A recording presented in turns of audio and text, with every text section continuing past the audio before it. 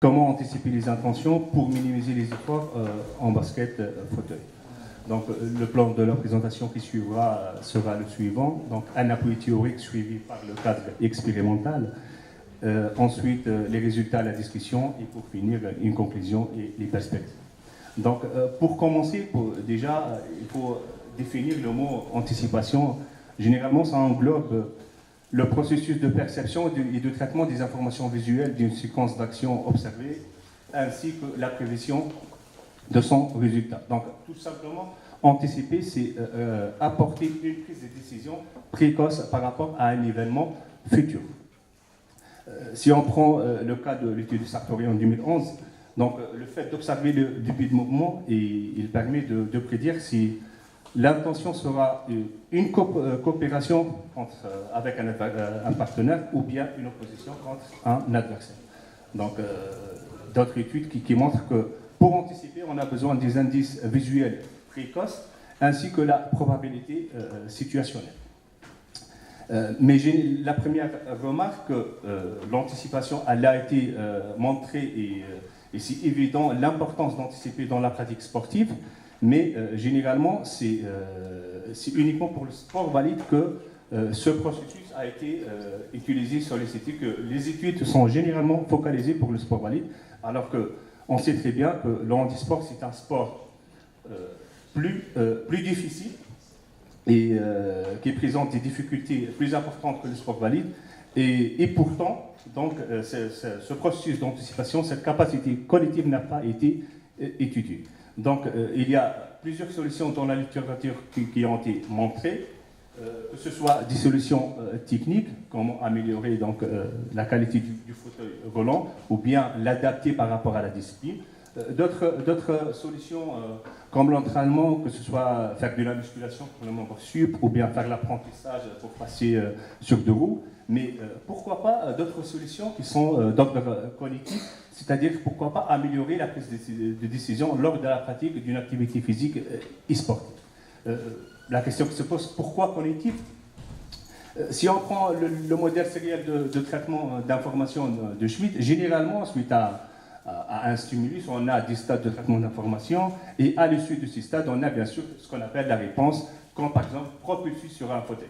Donc, généralement, si on intervient sur les stades qui précèdent cette réponse motrice, au niveau que ce soit le stade perceptif et l'identification de signal, ou bien de la sélection de la réponse, c'est-à-dire prise de décision ou bien l'anticipation, peut-être on peut modifier notre réponse motrice, que ce soit par minimiser les efforts ou bien optimiser et rendre plus pertinent l'effort qu'on a exercé. Donc avant d'aller, plusieurs études qui se focalisent sur le déplacement en lui-même, mais pourquoi pas voir qui précède cette action motrice. Donc, l'objectif de cette étude, c'est étudier la possibilité d'anticipation de l'intention par observation de début de mouvement. Donc, on a fait une occlusion temporelle pour voir si on arrive à prédire, et ensuite, bien sûr, déterminer quelle est la partie du corps la plus informative avec une occlusion spatiale. Donc, pour ce faire, 20 sujets ont participé volontairement à l'étude, 17 hommes, avec une expérience en moyenne de 10 ans et moyenne d'âge à peu près de 20 ans. Donc la première expérience, l'occlusion temporelle, son objectif a été d'étudier la possibilité d'anticiper l'intention par observation de début de mouvement.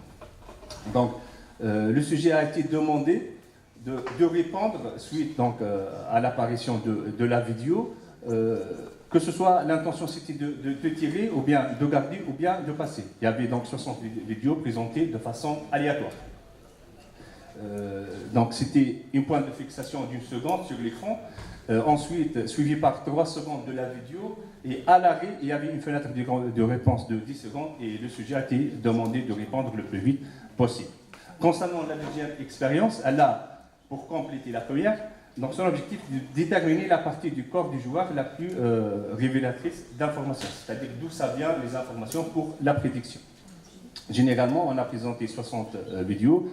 Il y a ce qu'on appelle l'occlusion tête, c'est-à-dire qu'on cache la partie tête, et on a l'occlusion bras-ballon, donc bien sûr on cache la partie bras-ballon et voir quelle est vraiment la zone la plus importante pour anticiper.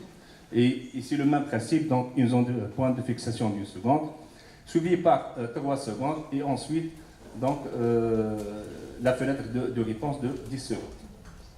En termes de résultats, concernant la première expérience, c'est-à-dire l'occlusion temporelle, pour objectif de voir jusqu'à quelle mesure on arrive à prédire l'intention suivante. Donc, le pourcentage, donc l'axe des abscisses présente les intentions, l'axe des ordonnées présente le pourcentage de bonnes réponses. Généralement, donc, il y a 70% de bonnes réponses avec un avantage pour les intentions tirées par rapport à l'intention gardée ou bien passée. Apparemment, donc, pour l'intention tirée, il y a des informations qui sont gestuelles qui permettent mieux d'anticiper qu'il va tirer par rapport à l'intention gardée qui présente le minimum. Apparemment, c'est plus difficile d'anticiper s'il va garder la balle ou bien il va passer. Ensuite, au niveau de temps pour répondre, donc il paraît que plus on a les informations pour répondre, plus on répond vite. Et ce qui montre que la différence entre l'intention tirée et les intentions qui restent passées ou bien gardées. Maintenant, concernant la deuxième expérience, quelle est la zone la plus importante pour anticiper l'intention? Donc, on a fait l'occlusion tête, c'est présenté en bleu, et l'occlusion bras-ballon, c'est présenté en rouge. Généralement, on remarque que la zone tête, elle présente plus d'importance et permet mieux d'anticiper les intentions par rapport à l'occlusion bras-ballon. Donc, l'observation du visage du joueur permet de mieux juger l'intention future, sauf pour l'intention gardée, on n'a pas trouvé de différence. Ensuite, concernant le temps pour répondre, idem, donc on répond vite avec l'intention, avec l'occlusion tête par l'occlusion bras-ballon par rapport à l'occlusion tête. Donc, pour conclure, il est possible de prédire cette intention avec une corrélation négative entre le temps pour répondre et la pertinence. La partie tête, elle présente plus d'importance que la partie bras-ballon. Et ensuite, cette anticipation, donc, elle me permet de minimiser donc, les choix et donc d'être plus pertinent et gagner plus de temps et minimiser les efforts. Néanmoins, bien sûr, il y a des limites de travail, comme par exemple les sujets, les études de sujets valides. Et donc, c'était mieux de faire la même expérience avec des sujets qui pratiquent vraiment le basket fauteuil, mais on n'a pas en Tunisie, donc on se débrouille avec des sujets valides. Et de plus, la partie tête, donc, elle est plus importante, mais exactement quelle zone? Est-ce que c'est la direction? Est-ce que c'est les rotations? Est-ce que c'est le regard? Etc. Donc, dans les perspectives, il sera important d'étudier, donc de faire la même expérience avec des sujets qui pratiquent le basket, d'accompagner donc cette expérience avec la verbalisation pour voir exactement donc il s'appuie sur quoi, d'utiliser l'appareil oculométrique pour suivre les mouvements oculaires et voir les zones de fixation et leur durée. Ainsi, donc, pourquoi pas de filmer réellement donc c'est-à-dire un match on dit basket, et prendre les vidéos vraiment du terrain, c'est mieux de filmer de côté. Voilà, et merci pour votre attention. Merci beaucoup pour cette présentation et d'avoir respecté le temps imparti. Ayant été frustré sur la session d'avant de ne pas pouvoir poser de questions, je vais commencer par poser une question avant de laisser la parole. Donc deux petites questions. La première, c'est quel était le niveau des basketteurs en fauteuil roulant, sachant que plus on va vers l'expertise, plus les sportifs sont capables de cacher leurs intentions. Ça, c'était la première question. Et deuxième question, c'est que dans toutes les intentions qu'on a vues, elle est basée sur le corps, donc ça c'est très intéressant. Mais il y a vraiment aussi un paramètre qui est déterminant des intentions du sportif, c'est la position du fauteuil. On sait très bien qu'un sportif, s'il a une certaine position dans son fauteuil, il ne va pas pouvoir tirer. Et ça aurait pu être quelque chose d'intéressant à rajouter. Donc je laisse répondre et après je laisse la parole à ceux qui veulent pouvoir continuer. Pour la première question, c'est le niveau des basketteurs par rapport au niveau des vidéos, sachant qu'au plus on va vers l'expertise, au plus les sportifs sont capables de cacher leurs intentions. Donc concernant les niveaux des joueurs, en fait, on a pris les séquences vidéo du championnat du monde, je me rappelle, de 98. Donc, on a essayé de prendre les plus experts, quoi. Donc, et pourtant, même s'ils arrivent à cacher leurs intentions, on arrive à trouver des pourcentages en moyenne de 70%. Bien sûr, on peut poser la question sur les 30% qui restent, mais 70%, c'est pas mal pour prédire. Ça, c'est la première question.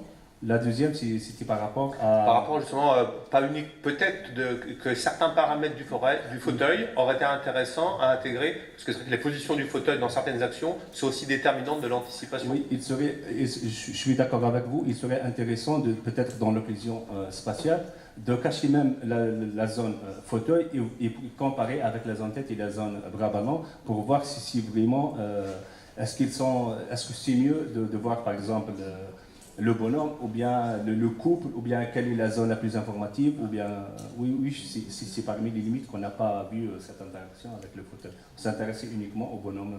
En tout cas, voilà, c'est très intéressant, c'est peut-être un paramètre intéressant à ajouter en plus. On a encore le temps de poser une ou deux questions avant de passer à la présentation suivante. Thierry ? Est-ce que, en termes de classification, il y a eu des différences entre les petits points et les grands points par rapport à la prise de décision et des intentions ? En fait, les petits points, c'est-à-dire... Ceux qui ont la déficience la plus importante. C'est quoi? C'est tout d'abord le premier sport collectif paralympique. C'est un sport d'opposition et de coopération. Les relations sont dédiées par le ballon. Un système de classification a été mis en place pour respecter l'équité entre les deux équipes lors d'un match. Un match donc de 40 minutes de jeu effectif et une pratique de nature intermittente. Bloxham a montré qu'il y avait donc des temps réalisés à haute intensité et des temps réalisés pour la récupération ou à plus basse intensité. C'est aussi 25 000 pratiquants dans 90 pays différents. Et en France, on a cette année 120 clubs engagés sur 4 niveaux différents. Au plus bas, on a National 2, National 1 1C, 1B et au plus haut, 1A. Donc c'est un sport de petit terrain et à haut niveau, le type de sol utilisé est du parquet. Mais lors des différents championnats, les joueurs peuvent rencontrer différents types de sols. La réglementation stipule que la surface doit être plane et dure et doit respecter une norme. À partir de là, les fabricants comme Pulastic, sur lesquels nous avons réalisé l'étude, ou Gerflor, qui est affilié à la Fédération française handisport, proposent différents types de sols. Ils nous disent donc des sols surfaciques, où la déformation se fait autour du point d'application de la force, des sols dits ponctuels, où la déformation se fait sur le point d'application de la force, et des sols combinés, alliant les deux paramètres précédents. Donc, par les fabricants, les sols surfaciques seraient les mieux adaptés pour la pratique des sports roulants comme le fauteuil en handi-basket. Les sports roulants sont amenés à rencontrer des résistances au roulement et en handi-basket, enfin, en tout cas la pratique en fauteuil roulant, la résistance au roulement influe lors de la pratique en fauteuil est influée par l'ensemble de ces paramètres. Nous sommes donc intéressés à la surface du sol pour cette étude. Pour ce qui est de la littérature, nous avons apprécié donc les différentes études qui sont réalisées généralement en ligne droite et en conditions de laboratoire. Nous avons voulu réaliser une étude en conditions réelles avec le sujet dans son fauteuil. Sur ces points, Leboeuf en 2017 avait réalisé une étude et n'avait trouvé aucune différence statistique entre deux différentes pressions de pneumatique lors d'un test d'agilité. En conditions de laboratoire, nous avons par exemple Vanderwood qui en 2009 avait trouvé un effet sol sur les performances en mobilité en fauteuil roulant, mais ce n'était pas représentatif de l'activité handi-basket. Notre hypothèse est donc que la nature du sol, élastique ou parquet, a un impact sur la performance d'un test de maniabilité en handi-basket. Nous avons donc réalisé cette étude sur un sol plus mou en polyuréthane et comparé ça à un sol plus roulant type parquet. Le protocole a été donc de peser le joueur ainsi que son fauteuil, de réaliser un test de décélération. Nous sommes appuyés sur l'étude de Vinet en 98 et un test de maniabilité en étoile, déjà réalisé par Leboeuf en 2017. Nos sujets, donc, et l'équipe de handibasket d'Amiens, 10 joueurs ont été évalués, ont été scindés en 2 groupes en fonction de leur classification. En effet, Molik et Alouni ont trouvé qu'il y avait un effet classification sur les performances des joueurs. Nous avons aménagé un PES personne afin de récupérer donc la masse du joueur, celle de son fauteuil, la masse totale joueur plus fauteuil. Nous avons également relevé la taille des roues, la pression des pneumatiques et leur âge. Donc la pression des pneumatiques a été vérifiée avant chaque début de manipulation. Les pneus avaient été changés, étaient neufs à plus ou moins 3 semaines. Et le fauteuil, nous avons considéré qu'il était donc réglé au mieux pour l'utilisateur. L'équipe évolue en National 1C cette année.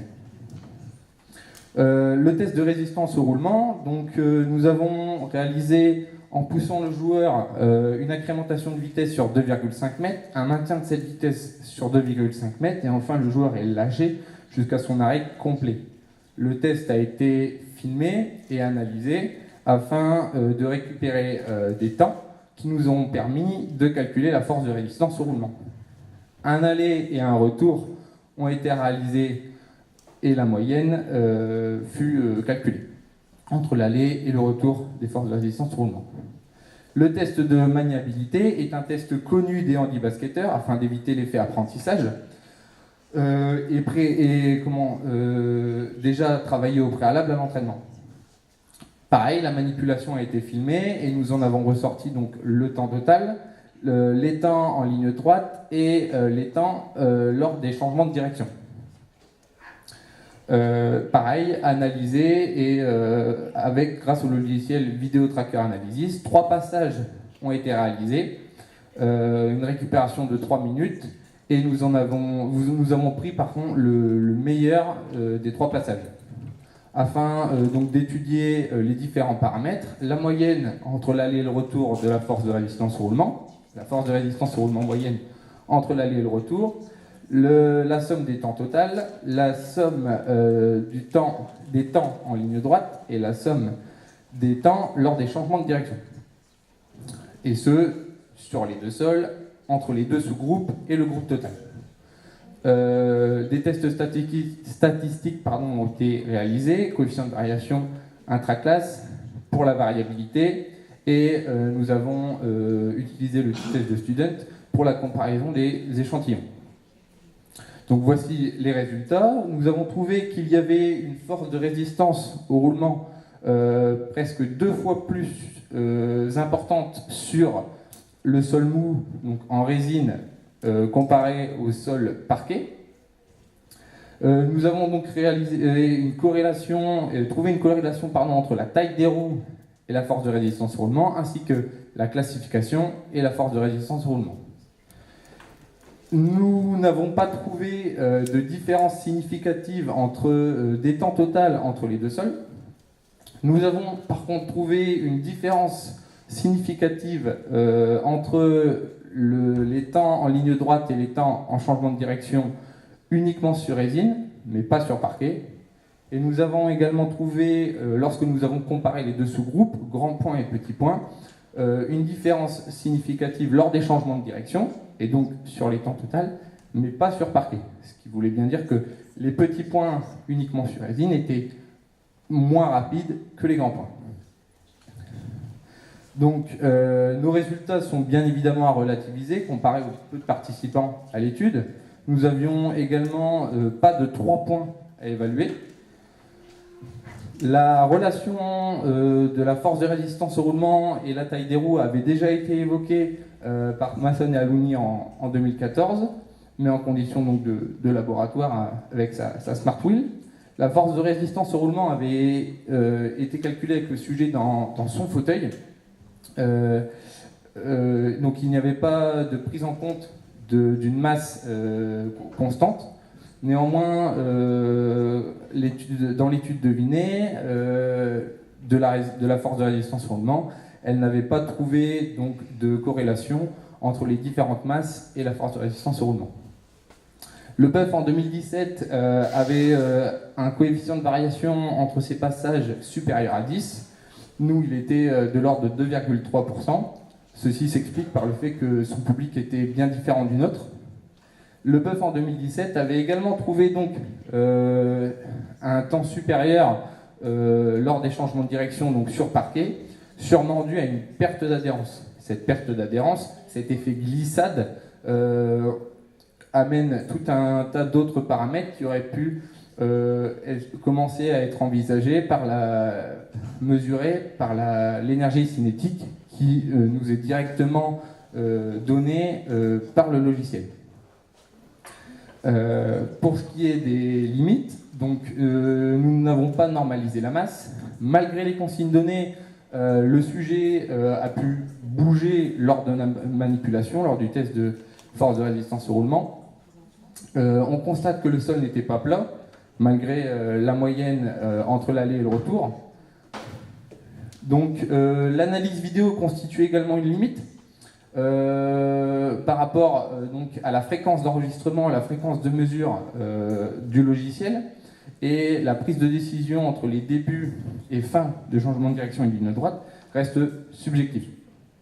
Donc l'utilisation d'une centrale inertielle aurait été intéressante, nous aurait donné des valeurs plus précises. Donc pour faire allusion aux publications de Joseph Mascou. En conclusion, donc, il n'y a pas d'effet sol sur le chrono. Les joueurs utilisent des stratégies différentes en fonction de la surface du sol sur lesquelles ils évoluent. Ils ont également leur niveau de maniement et de coordination de fauteuil. Il y a donc un effet glissade sur les changements de direction qui est beaucoup plus prononcé chez les grands points. Et donc nous préconisons une légère baisse de pression des pneumatiques sur parquet, surtout pour les grands points, et tenter d'humidifier légèrement les pneus pour obtenir un meilleur grip. Ça a également ses limites. Une poursuite de l'étude avec des tests donc, de sprint en ligne droite et des tests d'endurance sont réalisés. Voilà, c'est tout pour moi. Merci de votre attention. Merci à mes collaborateurs.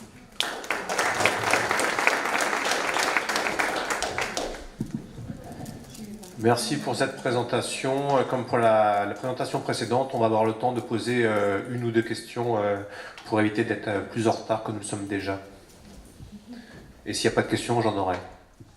Monsieur Pradon, ça m'étonnait aussi. Déjà, félicitations pour ta présentation. Tu t'es présenté, tu étais en licence. Troisième année de licence, c'est pas mal. Enfin, félicitations, parce que ta réponse est bien présentée, c'est carré, donc très bien. Je vais te poser une question quand même. En fait, je m'interrogeais sur le fait, sur le test étoile, est-ce que les joueurs ont les mêmes stratégies aussi en jeu en fonction du terrain pour gérer en fait l'adhérence, le fait de glisser ou pas?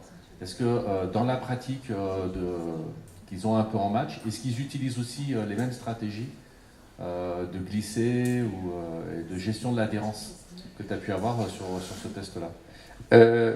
C'est vrai que le test est assez représentatif donc, des mouvements qui sont observés sur match.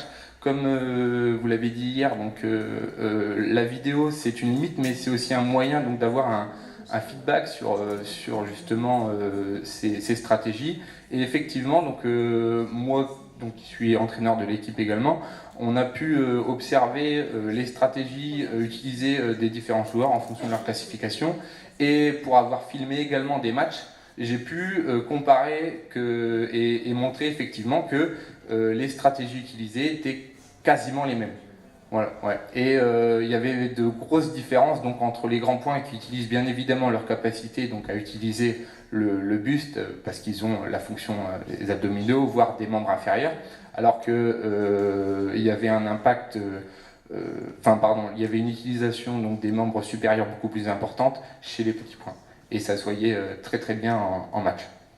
Donc en fonction des sols et donc de cet effet glissade, on a bien évidemment des stratégies, voire même de jeux tactiques, techniques qui sont différentes en fonction de la surface du sol. Et nous qui s'entraînons sur donc, un sol mou sur lequel on a réalisé l'étude, généralement en match on en joue en termes de tactique comparé aux autres équipes qui ont tendance à s'entraîner sur parquet.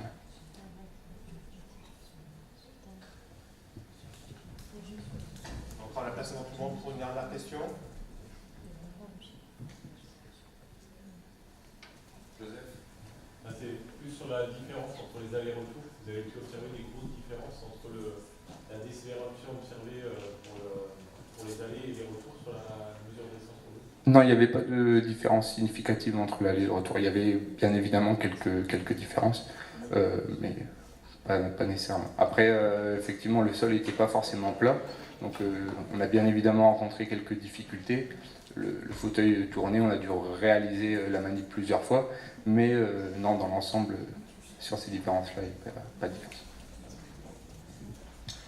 Donc, merci pour cette présentation. Je ferai une remarque éventuellement qu'on peut répondre, ou en tout cas avoir en tête. C'est que lorsqu'on s'intéresse à faire des corrélations entre la taille des roues, la classification, voire la masse, il faut penser qu'en dehors des performances, on a déjà une corrélation entre taille des roues, classification, parce que généralement, ceux qui ont des grandes roues, c'est plutôt ceux qui sont des gros points, et généralement, ceux qui sont des gros points peuvent avoir une masse supérieure due à la pathologie à ceux qui sont des petits points.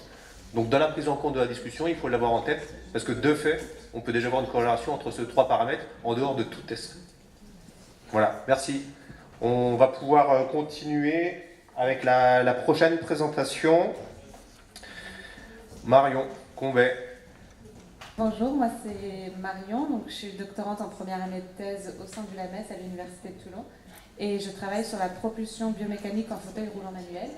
Et pour cette étude, je me suis intéressée plus particulièrement à la performance et au risque de blessure lors de la propulsion en fauteuil avec et sans raquette de tennis. Donc, ce qu'il faut savoir, c'est que dans la littérature, il y a peu d'études qui comparent les propulsions avec et sans raquette. Parmi elles, on note celles de Gouzet, Tolfré et Moss, qui ont fait participer 8 joueurs expérimentés à des sprints de 20 mètres sur terrain intérieur. Et ils se sont intéressés à l'analyse de la fréquence de poussée et de la vitesse lors des 3 premières poussées uniquement, donc pour le démarrage. Plus récemment, il y a De Groot et ses collaborateurs qui, pareil, donc, ont inclus 8 joueurs expérimentés à qui ils ont demandé d'effectuer des tests maximaux et sous-maximaux sur ergomètre. Et eux, ils se sont intéressés à l'analyse de la puissance, de la vitesse et des paramètres temporels. Donc tout ce qui est temps de poussée, temps de recouvrement, temps de cycle et fréquence de poussée. Ce qu'il a été démontré dans ces études, c'est que globalement, la propulsion avec raquette est peu efficace. Pourquoi? Donc ils émettent l'hypothèse que c'est parce que le temps de couplage est plus long. Donc, ce qui est défini comme temps de couplage, c'est le temps de saisie de la main courante, qui correspond en fait au laps de temps entre le premier contact de la main avec la main courante et le début de la phase de poussée. Donc ce temps de couplage plus long serait à l'origine d'une perte de puissance et d'une phase de poussée plus courte, ce qui affecte négativement la performance. D'autre part, il a été démontré qu'avec raquette, la fréquence de poussée est nettement supérieure, que les forces sont plus élevées du côté de la raquette, ce qui serait susceptible de favoriser les blessures au niveau des membres supérieurs. Donc notre objectif pour nous, ça a été d'analyser l'impact de la raquette de tennis à la fois sur la performance et sur le risque de blessure lors de sprints en situation écologique, donc pour être au plus proche de la réalité des sportifs. Et notre hypothèse, c'est donc que la propulsion avec raquette augmente le risque de blessure et affecte négativement la performance. Donc pour ce qui est de la méthode, on a réalisé ces tests lors des championnats de France de paratennis qui ont eu lieu à la Garde il y a 2 ans. Donc 13 paratennismen de haut niveau ont pris part à cette étude. On leur a demandé d'effectuer des sprints de 20 mètres selon 2 conditions, avec et sans raquette. Pour analyser les données, pour recueillir les données, on a utilisé une roue instrumentée qu'on a placée du côté de la raquette, donc qui est également le côté de la main dominante. Cette roue nous a permis de recueillir les forces et moments de force dans les 3 plans d'espace et donc de calculer certains paramètres. Donc notamment des paramètres ayant été identifiés par Boninger et collaborateurs comme étant des critères de risque de blessure, à savoir la cadence, donc, qui correspond au nombre de poussées par minute, le ROR, qui est le taux d'augmentation de la force totale lors de la saisie de la main courante, vous l'avez représenté sur le graphique, et qui correspond en fait à l'impact de la main sur la main courante, et la force totale. Et donc d'autres paramètres ayant été identifiés comme critères de performance, à savoir la vitesse maximale et la puissance maximale.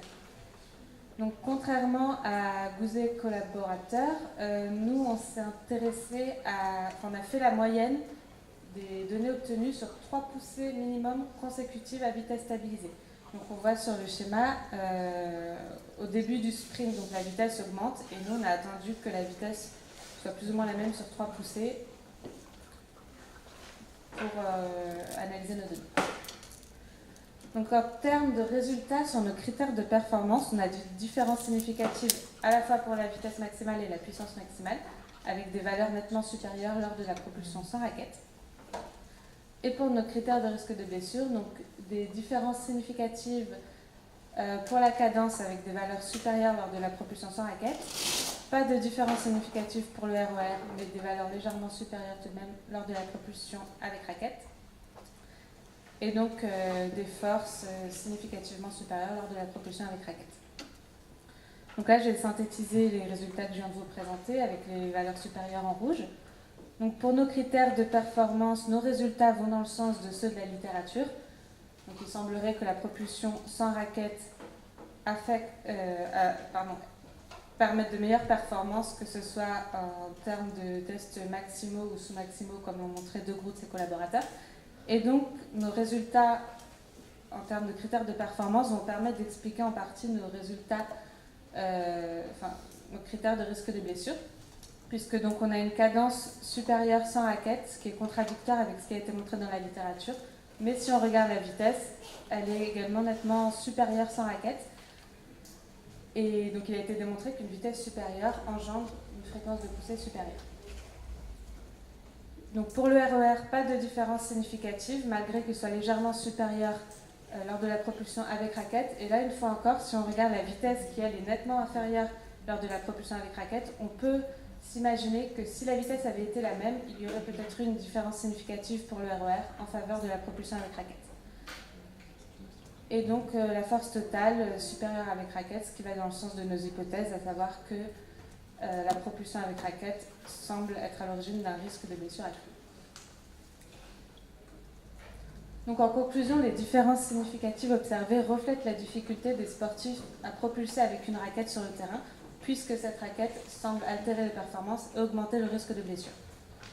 Donc en perspective, il semblerait intéressant de poursuivre ce genre d'études avec un échantillon plus important et en prenant en compte les capacités abdominales des sportifs, qui peuvent notamment influencer sur les paramètres temporels. Ensuite, il serait intéressant d'analyser la symétrie avec et sans raquette. Donc pourquoi ? Parce que là, on a pu seulement analyser les données du côté de la raquette et il serait intéressant de comparer, notamment en termes de force, les forces qu'on obtient du côté de la raquette et du côté sans raquette. Et à vitesse identique, donc pour pouvoir confronter les paramètres entre eux. Ensuite, il serait intéressant de prendre en compte également les changements de direction et la maniabilité, qui est représentatif des sports de raquette. Et enfin, il paraît judicieux d'améliorer le couplage entre la main avec raquette et la main courante, donc notamment en modifiant l'ergonomie de la raquette et ou de la main courante, en jouant sur les matériaux, la taille, la forme. Donc pour l'anecdote, Stéphane Houdet, qui est donc un des numéros 1 mondiaux en paratennis, a des adaptations. Donc on voit notamment qu'il porte des gants, qu'il a une main courante pleine, avec une sorte de gouttière, donc où il peut vraiment, qui facilite l'appréhension de sa main courante. Mais il me semble qu'il n'y ait pas de différence entre le côté de la main avec raquette et le côté de la main sans raquette. Donc je vous remercie pour votre attention.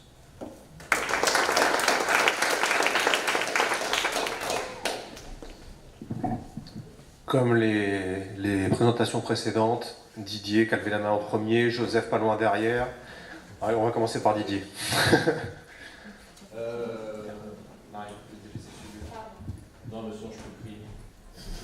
Tu as notamment mis en fait dans ta dernière diapo, et aussi dans la photo que tu as mise sur la notion de main courante.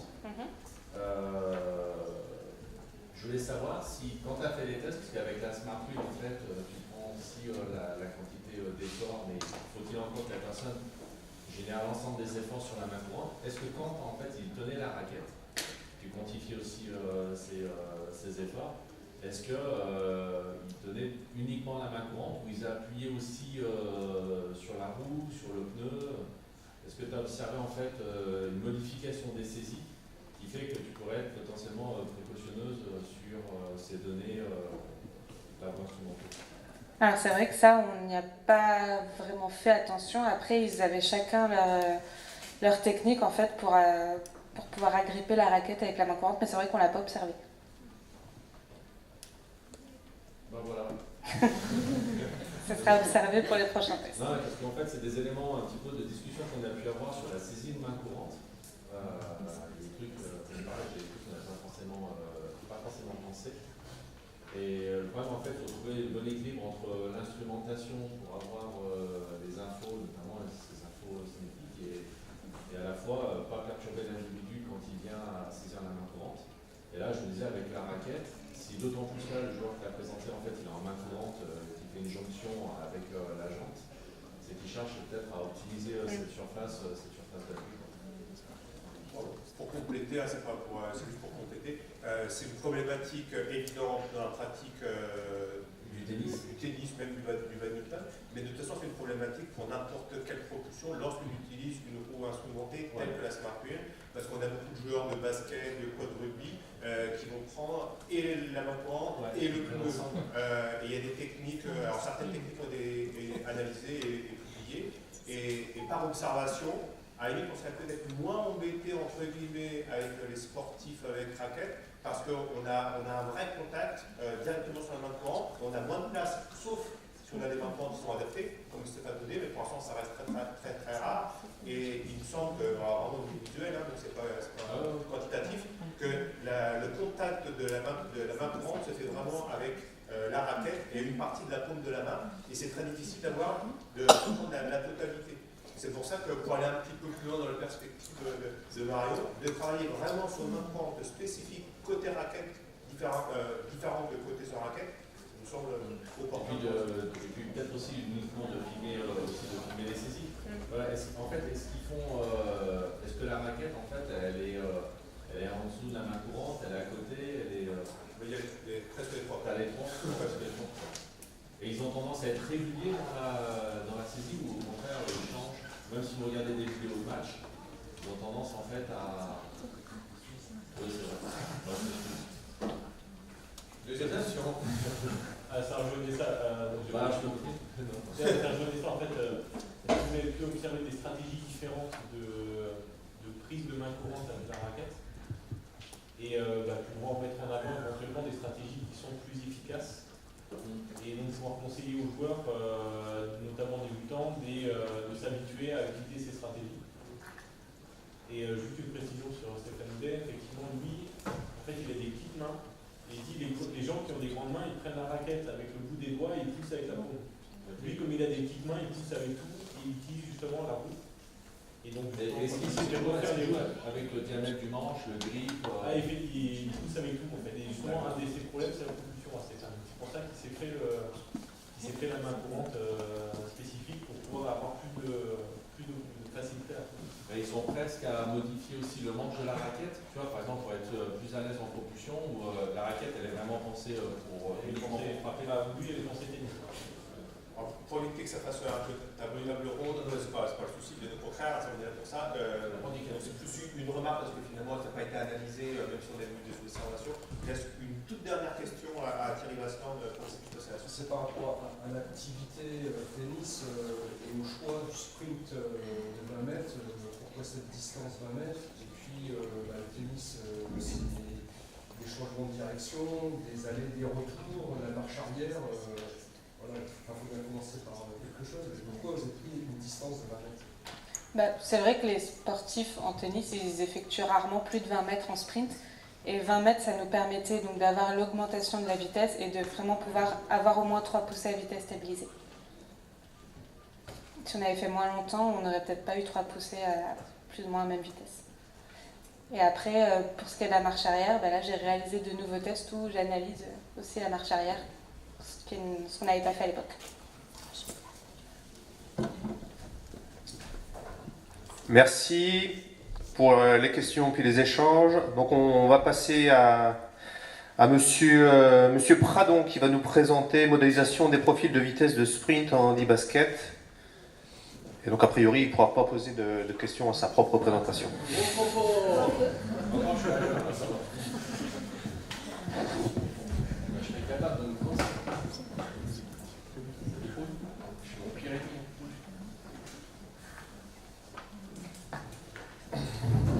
Donc voilà, c'est moi. Ah, ouais, tu veux prendre ça.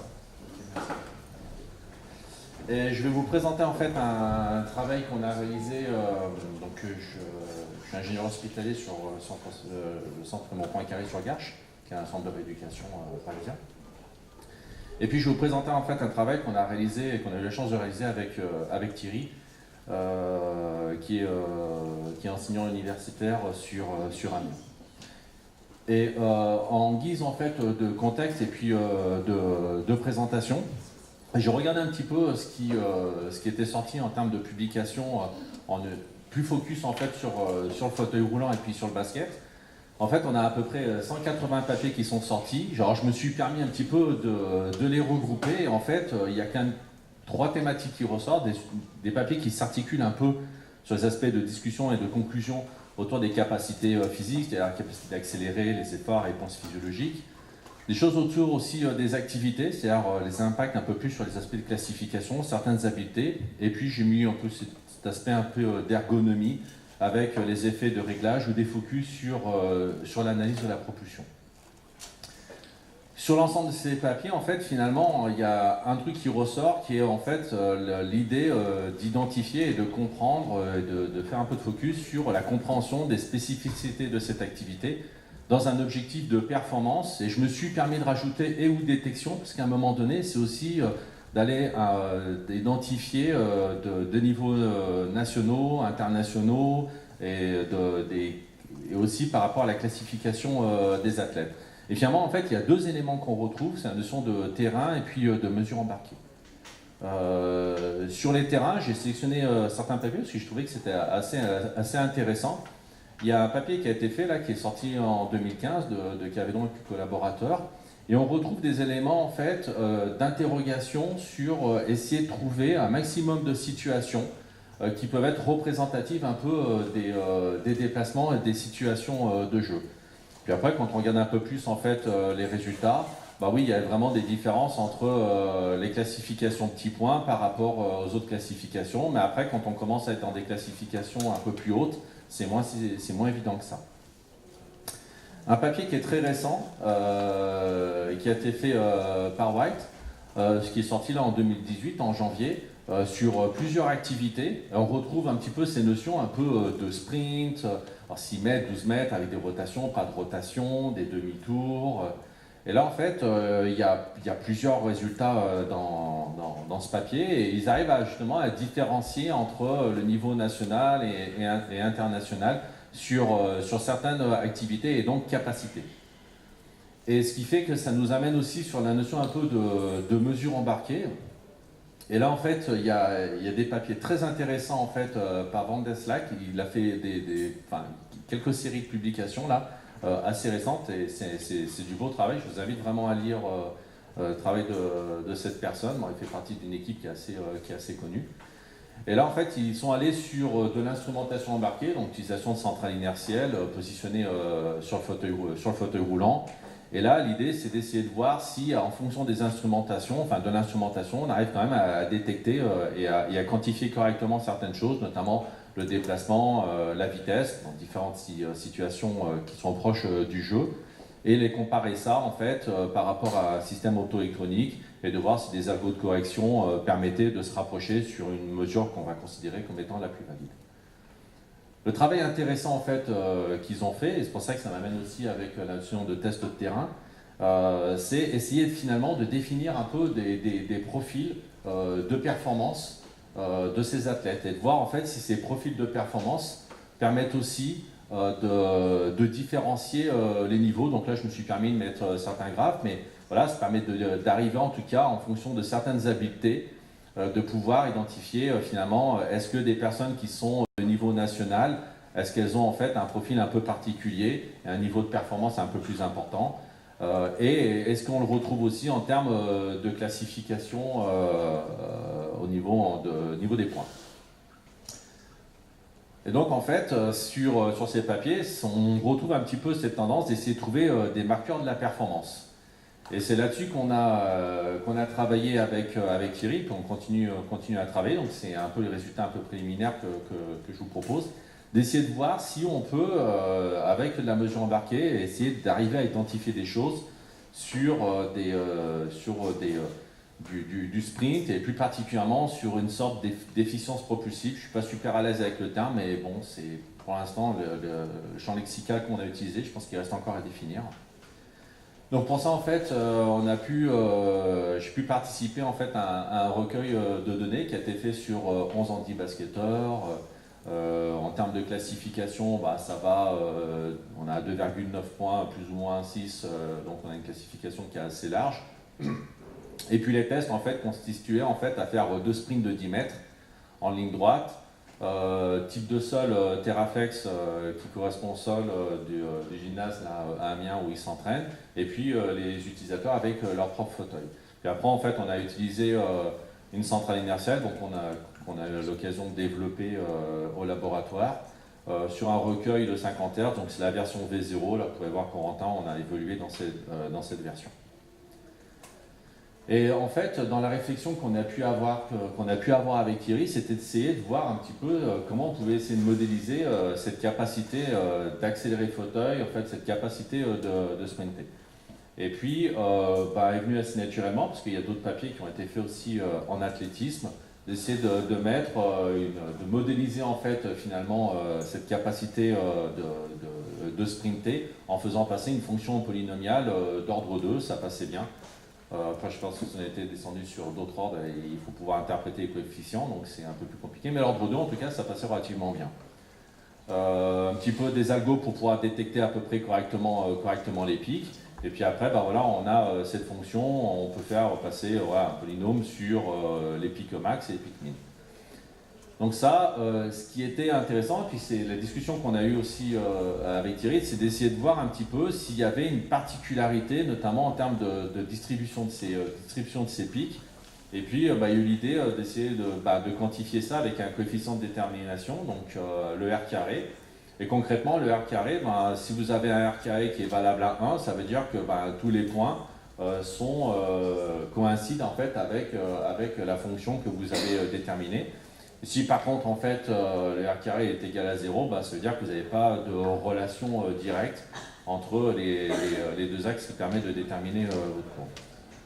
Donc pour nous finalement l'hypothèse c'est de dire que potentiellement en fait la notion d'efficience motrice, si on peut se permettre d'utiliser en tout cas ce champ lexical, c'est que dans l'idéal la personne a cette capacité en fait d'aller vite, donc on verra il y aura aussi des éléments en fait de performance. C'est pour ça qu'on avait la vitesse max, la localisation de l'apparition de cette vitesse durant le sprint. Et donc, c'était de se dire, si la personne, en fait, elle a ce niveau d'efficacité, c'est que dans ce cas-là, la capacité d'accélérer, mais aussi lorsqu'elle vient à lâcher la main courante, donc la décélération du fauteuil, serait confondue, en fait, sur une seule courbe. Donc, sur les résultats qu'on a pu obtenir, c'est qu'en termes de performance en tant que tel, les individus qui allaient de 12 à peu près 17 km/h en vitesse max, sur les sprints de 10 mètres. On retrouve en fait la vitesse max, une grande partie en fait sont à la fin du sprint, mais à partir de 80% du sprint, il y a déjà cette vitesse-là.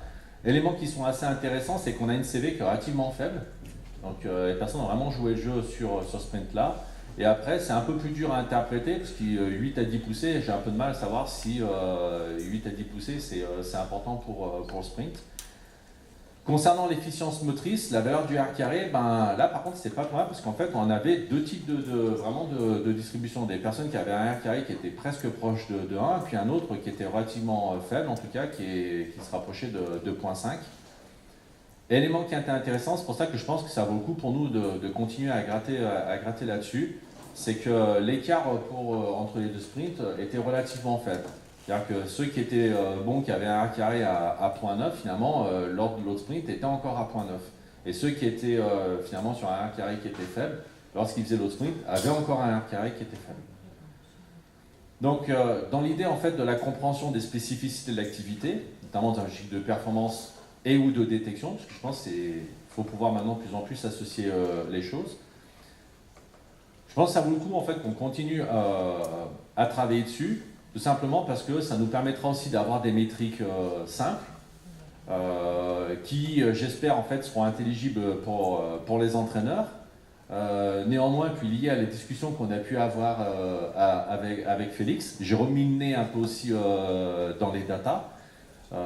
Déjà parce que c'est important aussi de regarder régulièrement un petit peu ces données, de vérifier un petit peu ce qu'on a pu faire avec les filtrages. Et là, vous avez un exemple. Alors, je vous ai mis voilà, quelque chose qui est un peu représentatif pour que ce soit un petit peu schématique. Là, j'ai fait un petit zoom. Et en fait, on voit bien que sur les dernières poussées, c'est assez flagrant en fait sur les pics max et puis les pics min. Mais les premières poussées, c'est pas si évident que ça en fait pour pouvoir les déterminer. Et finalement, la discussion et la remarque qu'on a pu avoir avec Félix, c'est qu'en effet, il y a peut-être aussi ces mouvements segmentaires qui font que cette signature qu'on aurait sur les premières poussées, voire même potentiellement là aussi, cette signature qu'on a, serait intéressant à prendre en considération, puisque ça pourrait traduire aussi la nécessité de la personne à avoir une certaine importance sur des mouvements segmentaires pendant la phase de recouvrement, et que c'est peut-être un indice à prendre en considération. J'ai du mal à voir pour l'instant comment on peut le rendre intelligible, mais ça c'est quelque chose, ouais, je vais me focaliser dessus. Et puis derrière, bon là c'était résultat préliminaire, l'idée c'est d'aller un petit peu plus loin, et ce qui intéressait notamment Thierry, c'était de la mesure répétée, indépendamment du test de 10 mètres, test de 20 mètres, et d'essayer de voir si, avec la possibilité de caractériser en fait ces sprints, est-ce qu'en les caractérisant et si on fait en fait ces mesures répétées, est-ce que la qualité de sprint, ou qu'on peut appeler ça un peu efficience motrice, est-ce que la personne elle est capable de la maintenir ou pas? Est-ce qu'avant, après une session d'entraînement, et ce qui fait que ça nous amène à pas mal de perspectives qui sont assez intéressantes, notamment les capacités individuelles, capacité finalement du sprinter, qui pourrait être dans la notion un peu de détecter peut-être des talents. Le suivi des athlètes, notamment en fait sur les aspects d'entraînement, et puis notamment les stratégies de matériel, pour voir justement en fait en qualité de roulage, ou voire même des fois sur des situations de sol qui sont un peu différentes. Et puis voilà, je vous remercie, puis voilà, je présente un petit peu la team qu'on a. Il y a Corentin qui est présent là pour présenter un petit peu le Kappa qu'on a développé. Puis c'était important pour moi de mettre en valeur les étudiants, parce que sans eux, c'est pas évident voilà, de faire des choses intéressantes, et voilà, c'est une façon de leur dire merci.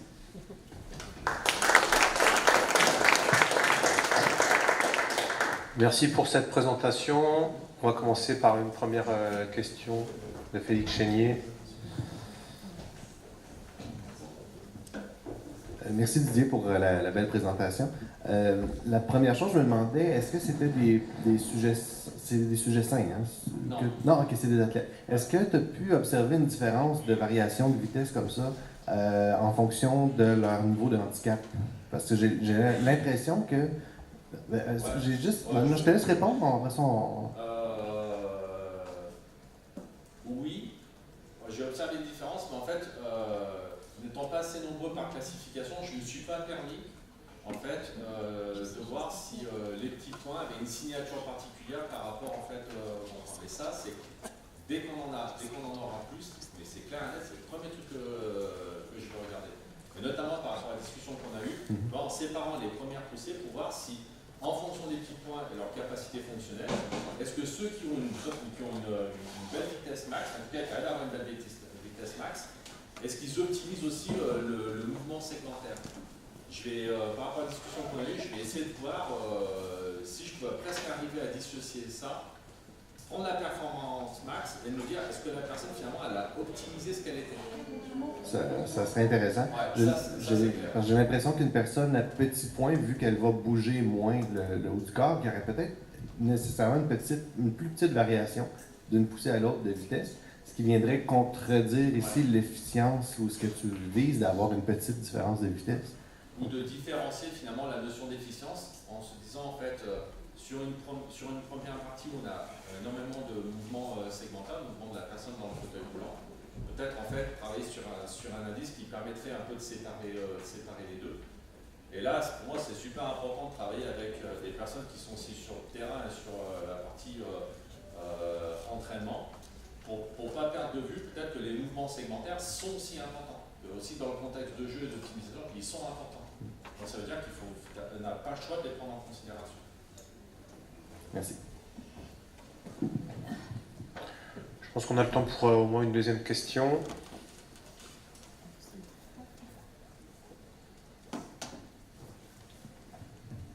merci pour la présentation. Est-ce que tu as pu avoir des gens qui arrivaient déjà à atteindre leur vitesse maximale au bout des, avant la fin de ta mesure? Oui. Voilà, on en a eu. Et donc du coup, en fait, tu as un profil qui monte et puis après un espèce de palier. Et après, tu as un plateau. Et dans la voilà, donc justement, c'est ta modélisation avec une polynomiale. Est-ce que ce palier, ça peut pas gêner le... justement, poubelle. J'ai pris... non, mais après, j'ai essayé de faire un truc propre. J'ai pris en fait la vitesse max. J'ai identifié où apparaissait cette vitesse max par rapport en fait sur ce point de 10 mètres. Et pour éviter, parce que je ne voulais pas tomber dans 3e ordre, 4e ordre et autres, parce qu'après, tu cumules les coefficients, là, je dis quoi avec ces coefficients? Tu as fait passer un truc, tu ne sais pas comment l'interpréter. Donc en fait, j'ai pris vraiment en fait, la vitesse max, et je suis parti en fait de 0 jusqu'à la vitesse max, de façon à pouvoir faire passer correctement en fait, la fonction. Ah oui.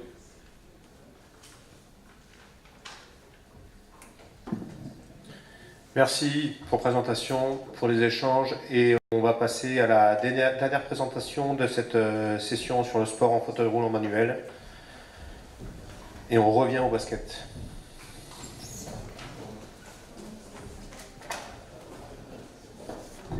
Avec une présentation de Joseph Bascou sur l'effet du carrossage en fauteuil roulant.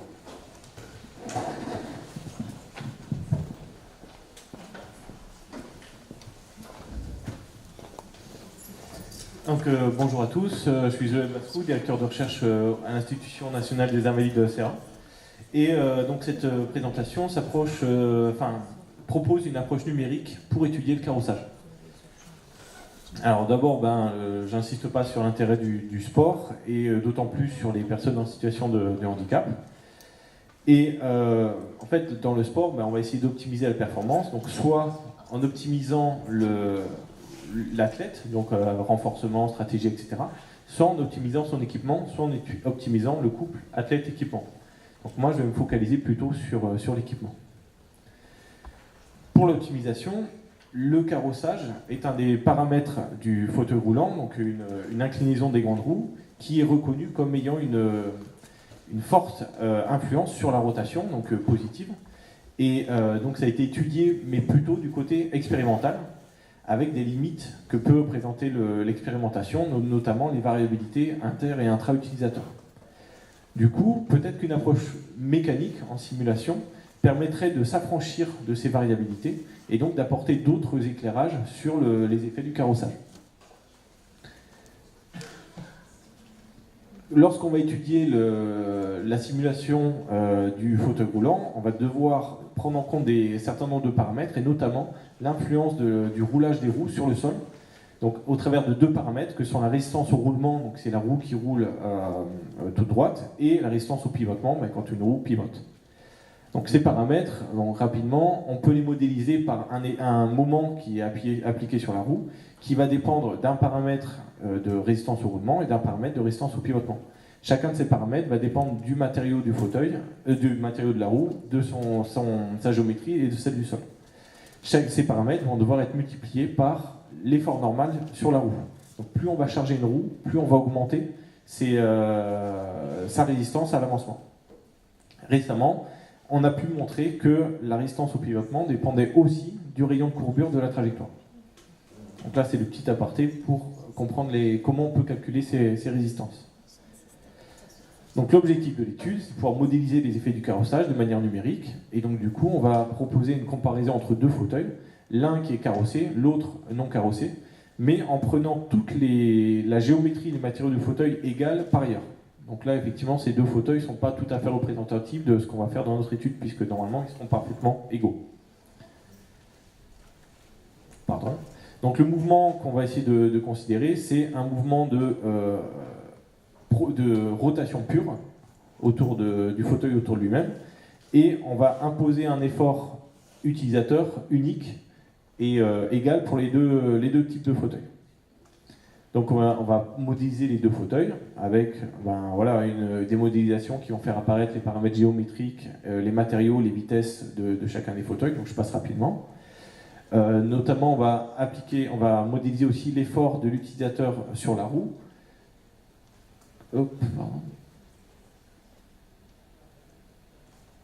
Celui-là. Et on va pouvoir, grâce à cet effort, calculer les efforts du sol sur la roue. Donc après, on va devoir mettre en cohérence les accélérations du fauteuil, donc qui est notre critère de performance, les accélérations angulaires, donc la façon dont le fauteuil accélère son mouvement de rotation, et les efforts d'utilisateur, qui est notre critère d'entrée. Donc pour ça, comme on connaît le rayon des roues, leurs matériaux et les efforts normaux, on peut déterminer la résistance au roulement. De la même façon, comme on connaît le rayon de la trajectoire, on mesure la résistance au pivotement de chacune des roues, et donc on va les exprimer au centre du repère fauteuil. On peut, grâce aux vitesses angulaires, calculer les accélérations, et donc les exprimer aussi, le moment dynamique, qui est l'inertie du fauteuil fois son accélération angulaire, donc qui fait apparaître l'accélération, notre critère de performance. Et en parallèle, grâce aux efforts utilisateurs sur roue, on peut déterminer les efforts au sol dus aux efforts d'utilisateur sur la roue. Donc là, en fait, on peut isoler le fauteuil et obtenir une équation qui va nous lier notre effort utilisateur à l'accélération angulaire du fauteuil, donc notre critère de performance. Bon, une application numérique, on va trouver des valeurs dans la littérature, je passe rapidement, et là, ce qu'on obtient, c'est déjà pour le moment de rotation du fauteuil, donc l'effort qui va faire tourner le fauteuil, on obtient quasiment un facteur 2 entre le fauteuil carrossé et le fauteuil non carrossé. Donc là, on voit un effet du carrossage important. Sur l'accélération angulaire, donc notre critère de performance, on retrouve quasiment ce facteur 2 entre le fauteuil carrossé et le fauteuil non carrossé pour un même effort utilisateur. Donc, un gros intérêt du carrossage pour l'accélération angulaire du fauteuil. Par contre, on commence à voir apparaître un effet de l'inertie des roues sur le fauteuil carrossé qui se retrouve beaucoup moins sur le fauteuil non carrossé. Par contre, quand on va regarder l'accélération angulaire de la roue, donc là vraiment le mouvement que la main va devoir faire par rapport à la roue, on voit que pour obtenir une accélération 2 fois plus importante avec le même effort, on est obligé de tourner la roue 4 fois plus vite. Et donc on va potentiellement arriver à une saturation en vitesse de l'utilisateur. Au niveau des résistances, on voit que les résistances entre le fauteuil carrossé et le fauteuil non carrossé sont équivalentes. Donc il n'y a pas forcément un effet du carrossage sur la résistance opposée à la rotation, donc l'énergie dissipée en rotation. Par contre, on voit qu'il y a des différences sur les paramètres de résistance au roulement et au pivotement. Donc si on optimise un de ces paramètres, on pourra diminuer cette résistance. Pour rappel, cette résistance représente 25% de l'effort qu'on va faire pour accélérer le fauteuil. Donc quand on va devoir accélérer le fauteuil, on va devoir dépenser un quart de notre énergie rien qu'à faire bouger le fauteuil. Donc en conclusion, on a pu montrer une approche qui permettait de déterminer les effets du carrossage sur la rotation du fauteuil, avec une estimation chiffrée de l'effet du carrossage, donc qui nous permet de donner une valeur chiffrée à chacun de ces effets. On a pu quantifier les résistances, ça veut dire qu'en optimisant le fauteuil, on va pouvoir les réduire et avoir un effet de celle-ci. Bien sûr, comme c'est une simulation, mais il y a toutes les limites de la simulation, c'est-à-dire qu'on n'a pas les mouvements de l'utilisateur, on n'a pas l'effet d'une meilleure accessibilité aux mains courantes, et en plus, forcément, toute simulation nécessite une validation expérimentale pour la valider. Donc on est bien dans une approche complémentaire à l'expérimentation, et donc pour pouvoir avoir un autre regard sur les résultats de l'expérimentation. Je vous remercie de votre attention.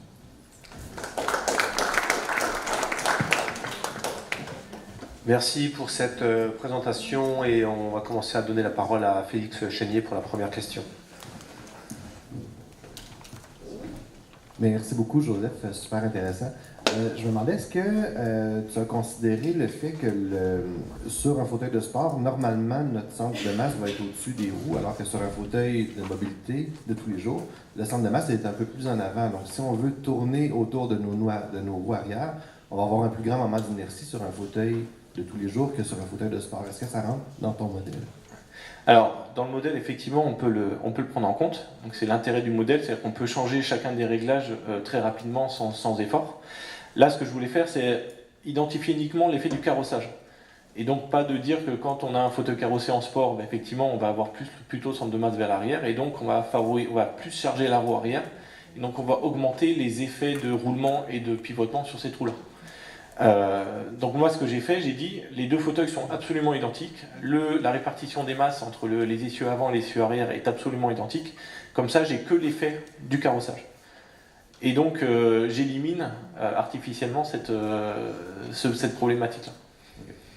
Mais effectivement, c'est possible.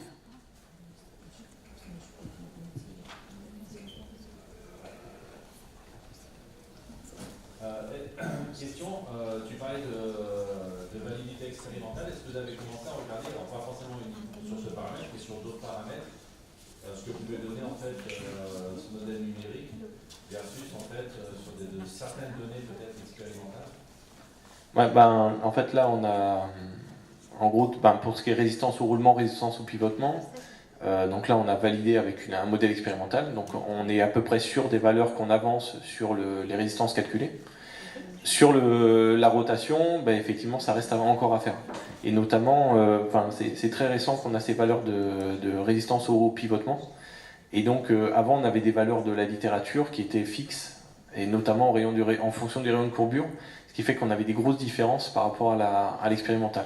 Donc là il faudrait rejouer l'expérimentation en injectant les nouvelles valeurs, ce qui n'a pas encore été fait.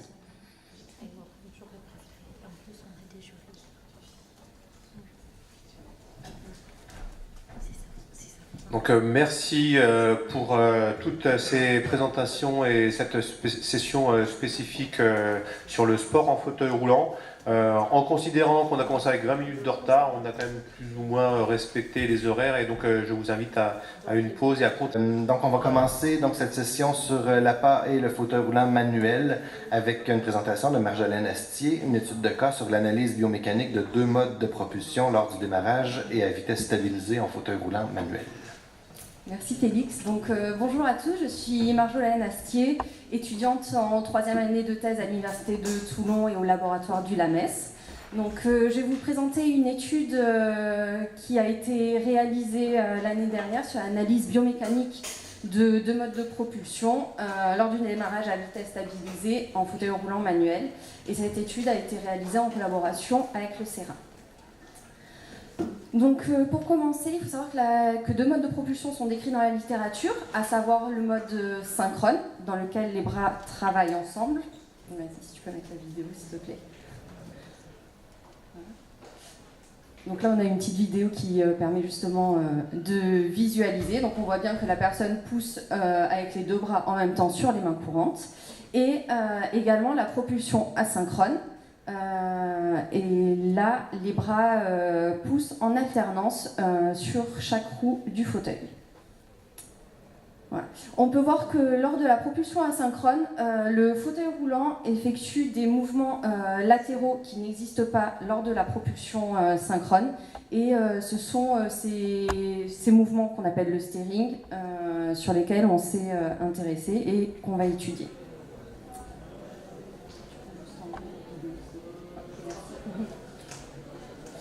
Et actuellement, dans la littérature, on a vu que beaucoup d'études étaient réalisées sur le tapis roulant ou sur les ergomètres à rouleau. Peu d'études ont été réalisées sur le terrain et que ces mouvements latéraux du fauteuil roulant manuel n'ont jamais été étudiés. Du coup, on ne connaît pas leur impact sur la propulsion. Également, on s'est intéressé à la stabilité lors de la propulsion en fauteuil roulant. Donc, on sait qu'elle est dépendante du niveau de l'atteinte pour les personnes blessées médulaires, à savoir que plus l'atteinte est haute, moins la stabilité du sujet est importante. Également, cette stabilité dépend de la technique de propulsion utilisée. Et de plus, certaines études ont mis en évidence que plus la fatigue musculaire était augmentée, si les forces des membres supérieurs augmentaient également, et cela contribuait à l'utilisation de stratégies compensatrices visant à améliorer la stabilité du sujet. Il faut savoir que toutes ces études ont été réalisées pour la propulsion synchrone et aucune pour le mode asynchrone. Également, on s'est posé la question sur la symétrie de la propulsion, parce qu'on a vu du coup les différences entre les 2 modes. Et il faut savoir que dans la majorité des études, on décrit la propulsion comme étant une tâche symétrique, alors qu'il existe une certaine asymétrie, mais celle-ci est souvent négligée due aux difficultés de mesure bilatérale de la propulsion, donc sur chacune des roues. Également, il a été mis en évidence que la symétrie qu'il y avait une augmentation des variables cinématiques, cinétiques et spatio-temporelles du côté de la main dominante lors de la propulsion, et également qu'il y avait une augmentation de la symétrie en cas de douleur ou en conditions pénibles, comme par exemple avec des résistances au roulement augmentées ou des vitesses plus importantes. Et pour finir, on sait que la symétrie est dépendante de l'environnement dans lequel le sujet utilise son fauteuil et également de la trajectoire qu'il va utiliser. Et de plus, pour toutes ces études, elles ont été réalisées du coup pour la propulsion synchrone. Donc nous, l'objectif, ça va être d'analyser l'influence des modes synchrone et asynchrone lors du démarrage et à vitesse stabilisée pour la symétrie de propulsion et la stabilité du tronc. Et nos hypothèses sont que le démarrage augmente la symétrie et la stabilité du tronc et que la propulsion asynchrone est plus asymétrique et induit une moins bonne stabilité du tronc par rapport à la propulsion synchrone. Donc pour la méthode, là je vais vous présenter les résultats d'un seul sujet. Donc c'est un homme vous voyez, amputé fémoral, vous voyez ses caractéristiques anthropométriques, et c'est un sujet sportif. Au niveau du protocole, donc on a deux protocoles en parallèle, un pour le démarrage, un pour la vitesse stabilisée. La vitesse a été auto-choisie par le sujet. Et pour le démarrage, on s'est intéressé à l'analyse des 3 premières poussées, et pour la vitesse stabilisée, on s'est intéressé à l'analyse des poussées 4, 5 et 6. Pour le démarrage, le départ était arrêté, alors qu'à la vitesse stabilisée, le départ était lancé, et pour chacun des modes, on a étudié le mode synchrone et asynchrone. Donc pour arriver à cette étude, on a utilisé un ergomètre instrumenté qui s'appelle le FRET, qui est équipé de capteurs dynamométriques au niveau de l'assise, du dossier et également des palettes. Et les roues aussi sont complètement instrumentées. Et l'utilisation du FRET nous a permis de recueillir les amplitudes du centre de pression lorsque le sujet effectuait les tests. Également, nous avons utilisé le système Vicon qui permet l'analyse cinématique. Donc, il s'agit de caméras qui sont positionnées dans la salle. Vous avez ici un plan justement du lieu de passation des tests. Le sujet est équipé de marqueurs anatomiques, donc où j'ai pris une photo justement d'un des tests pour que ce soit plus visuel. Et vous pouvez voir ici, c'était du coup le départ pour l'analyse du démarrage, et un peu plus loin pour l'analyse à vitesse stabilisée, sachant que la zone d'analyse, c'est celle qui est schématisée en rouge. J'ai aussi une petite vidéo du coup d'un des tests. Voilà, donc on peut voir le sujet, il est positionné dans la zone d'analyse. Il y a un premier coup qui est effectué en fait pour pouvoir synchroniser les données recueillies par le système Vicon et celles recueillies par le FRET. Ensuite, le sujet est positionné en bout de la salle, et là, ce sera l'analyse pour la vitesse stabilisée, où le sujet choisit de pousser à une vitesse librement choisie. Concernant les premiers résultats du coup qu'on a pu obtenir, donc on peut voir que pour la symétrie de la propulsion, elle est nettement supérieure pour le mode asynchrone par rapport au mode synchrone, et ce autant pour le démarrage que pour la propulsion. Donc vous avez ici un schéma au niveau du moment MZ, c'est le moment propulsif, et vous pouvez voir que lors du démarrage, l'asymétrie entre le bras droit et gauche est beaucoup plus importante pour la propulsion asynchrone par rapport à la propulsion synchrone, et cette différence est également retrouvée lors de la propulsion.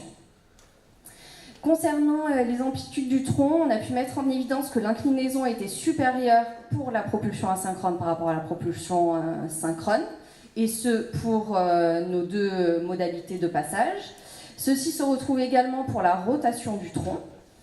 Et pour la flexion-extension, on a pu voir qu'elle était supérieure pour le démarrage, et ce dans les deux conditions par rapport à la vitesse stabilisée. Concernant les amplitudes du centre de pression, donc en X, donc c'est en antéro-postérieur, on a pu voir qu'elle était supérieure pour le démarrage synchrone. Et pour les amplitudes en Y, donc c'est en médiolatéral, c'était supérieur en asynchrone par rapport au mode synchrone, et ce aussi bien pour le démarrage que pour la propulsion. Donc on n'a pas fait de statistiques car il s'agit ici d'une étude de cas. Donc par rapport juste à l'étude de ce sujet-là, on a pu mettre en évidence que la symétrie de propulsion était diminuée de 15% pour le démarrage et de 16% pour la propulsion, que le sujet semble être plus instable avec des mouvements du tronc plus importants et que les amplitudes de rotation côté amputé semblent être supérieures à celles côté sain. Donc on peut dire que ces résultats préliminaires pourraient contribuer à une utilisation privilégiée de la propulsion synchrone pour les personnes qui sont blessées médulaires, sachant que pour cette étude, du coup, on a étudié une personne qui était amputée, qui avait complètement ses capacités abdominales, alors que les blessés médulaires ont souvent des atteintes et du coup une moins bonne stabilité. En limite, on peut dire que justement l'utilisation du fret, c'est un fauteuil qui est instrumenté, donc il a un poids beaucoup plus important par rapport au fauteuil utilisé par le sujet. Cependant, il nous permet de recueillir des informations qu'on ne peut pas recueillir avec d'autres outils. De plus, le réglage était identique pour l'ensemble des sujets. Là, je vous ai présenté les résultats pour un seul sujet, mais pour tous les autres, on a utilisé le même réglage du fauteuil. Et il s'agit également d'un fauteuil roulant de ville, alors que les sujets étaient sportifs et ils avaient plus l'habitude de propulser leur fauteuil de sport. Également, au niveau du nombre de pouces à analyser, donc ça a été assez limité dû à la configuration de la salle dans laquelle on a fait passer les tests. Et le nombre et les paramètres étudiés, ceux que j'ai présentés, sont assez limités alors qu'on pourrait en étudier beaucoup plus. Et il faut savoir que ces résultats sont en cours. Je vous remercie pour votre attention.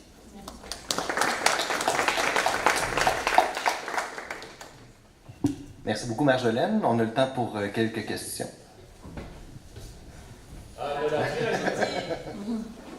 Tu sais tout bien que je pense de ce fauteuil le fait. Oui. Je ne vais pas te chicaner dessus parce qu'il n'y a pas forcément intérêt, mais je peux préciser qu'il fait 5 fois le poids d'un fauteuil classique, etc. Sur les paramètres, c'est assez important parce que ça fait pratiquement pour certains jusqu'à un quart du poids de la personne en plus. Je mets un carton poids sur un sac à dos. Un sac à dos, ça peut être compliqué. Enfin, pour moi, ça c'est compliqué. Non, là, la question, elle est peut-être plus sur les paramètres. Je voulais savoir, est-ce que tu as regardé la vitesse de déplacement du centre de pression? Non, là, vraiment, c'est juste une analyse préliminaire où je voulais vraiment avoir juste des paramètres qui me semblaient être importants pour pouvoir différencier les deux modes de propulsion. Mais on n'a pas eu encore le temps de s'intéresser. Je pense que ça pourrait être pas mal de regarder cette vitesse max du déplacement du centre de pression. C'est des trucs que tu retrouves un peu sur le contrôle postural.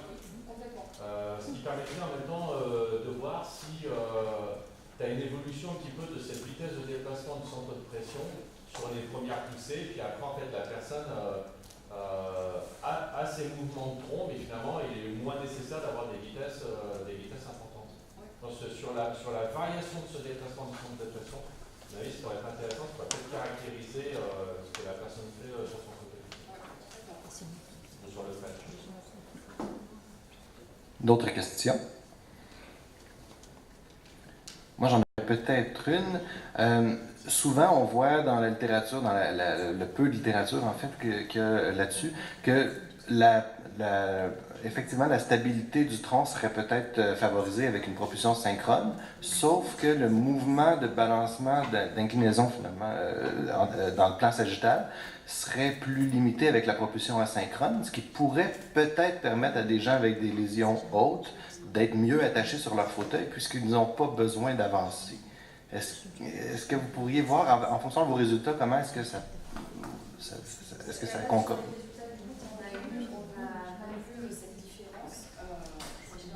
Je pense qu'on entend. Merci. Du coup, sur les résultats qu'on a eus, c'était juste pour un seul sujet du coup, qui était amputé. Et on a vu que justement ces mouvements de flexion-extension étaient plus importants lors du démarrage en synchrone. Mais après, on voit qu'il y a des écarts-types quand même qui sont assez importants et d'où la nécessité de traiter aussi l'ensemble des résultats et pouvoir aussi avec les autres sujets qui avaient d'autres pathologies différentes, voir ce qu'il en était. Mais là, sur ce que je présente aujourd'hui, on ne peut pas conclure grand-chose par rapport à ça. Ouais. Pas d'autres questions?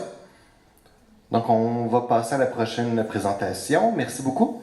Donc, Claire Marchiori sur l'évaluation physiologique d'un parcours extérieur représentatif du milieu urbain en fauteuil roulant manuel.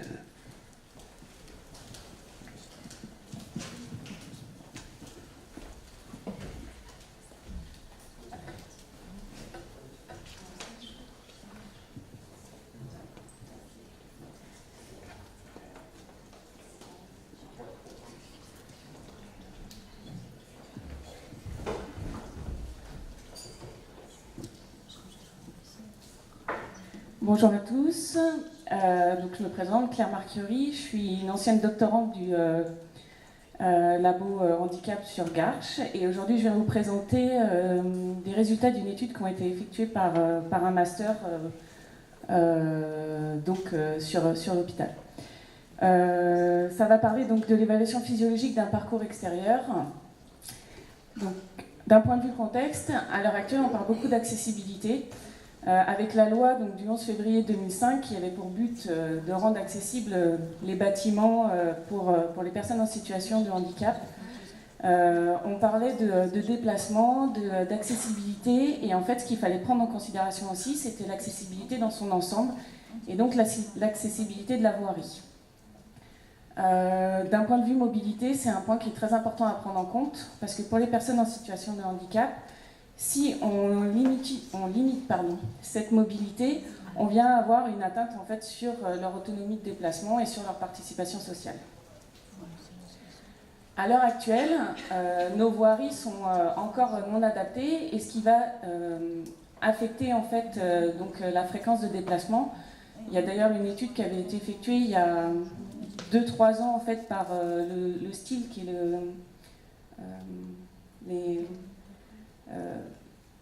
je ne vais plus me souvenir, l'entreprise de bus sur la région parisienne et qui montrait en fait que les personnes en situation de handicap avaient comme raison 14% à peu près de raison de ne pas se déplacer à cause de la voirie. Quand on passait à des personnes en fauteuil roulant, on montait à 27%. Donc vraiment que c'était des critères importants et donc en fait parmi cette voirie non adaptée, on va rencontrer tout ce qui est dévers, marches, pavés, etc. Qui vont rentrer en compte. À l'heure actuelle, les études qui ont été effectuées sont effectuées principalement en laboratoire. Donc qui vont analyser la pente, qui vont analyser le franchissement, mais peu en fait sont faites en situation écologique, en situation extérieure. Le but donc, de cette étude a été de quantifier les efforts physiologiques d'un milieu extérieur qui pouvaient être représentatifs du milieu urbain. Et l'hypothèse, en fait, était que les réponses physiologiques qu'on allait recueillir allaient être supérieures, en fait, sur terrain urbain par rapport à une situation sur terrain plat. Pour donc, cette étude, 10 blessés médulaires ont été recrutés au sein de l'hôpital de Garches. Ces blessés médulaires donc, étaient âgés de plus de 18 ans, avaient une lésion depuis plus d'1 an et devaient maîtriser en fait leur fauteuil. Donc on voit sur notre population que c'est une population assez jeune, avec un niveau lésionnel assez bas. Donc il faut savoir que sur nos 10 blessés médulaires, on avait déjà 7 blessés médulaires qui avaient une lésion inférieure à D10. D'un point de vue procédure expérimentale, le test que nous avons fait, c'est sur un test extérieur donc sur Garches. C'est un parcours en fait, qui représente la plupart des situations qu'on peut rencontrer en extérieur, avec des pentes de différents pourcents, une partie ici en pavé, une partie en moquette. On va avoir un système où on peut analyser les dévers et ensuite on avait une grande situation de propulsion. Au total, le parcours faisait 105 mètres et on avait 73% de propulsion à plat qui correspondait en fait à cette situation ici et la partie en moquette et ensuite le reste avec les dénivelés, les dévers et les pavés. L'objectif était pour les sujets d'effectuer la plus grande distance en 6 minutes.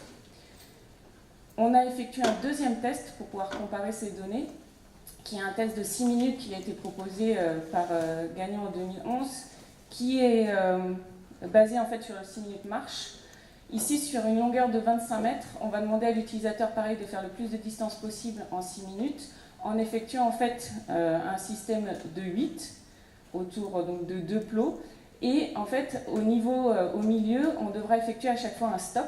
Donc le but, en fait, c'est que l'utilisateur ne reste pas en roue libre et qu'il soit en action en fait tout le long du test.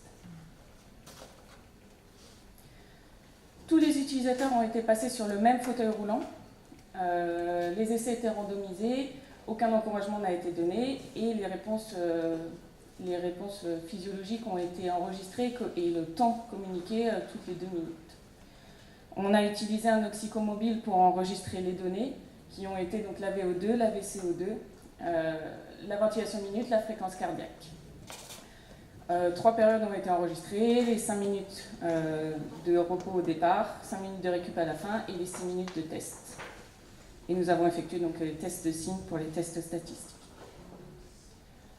D'un point de vue réponse physiologique au repos, juste pour comparer, on s'est aperçu que notre situation, enfin nos blessés médulaires avaient des réponses physiologiques similaires au sujet à une population de contrôle, donc sujet sain, sauf la fréquence cardiaque qui était un peu plus basse chez les sujets sains. Et ces réponses en fait peuvent s'expliquer du fait que notre population était très sportive, puisqu'on avait entre 4 à 10 heures de sport par semaine pour tous nos blessés médulaires, et qu'ils avaient une lésion basse. Par rapport donc, aux 2 tests, tout d'abord en fait entre donc, le test de 6 minutes de 25 mètres et le test en extérieur, on s'est aperçu qu'il n'y avait aucune différence significative sur l'ensemble des réponses physiologiques.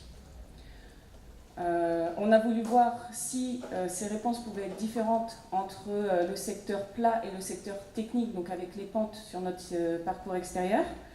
Donc on a effectué en fait différents tests pareil, statistiques.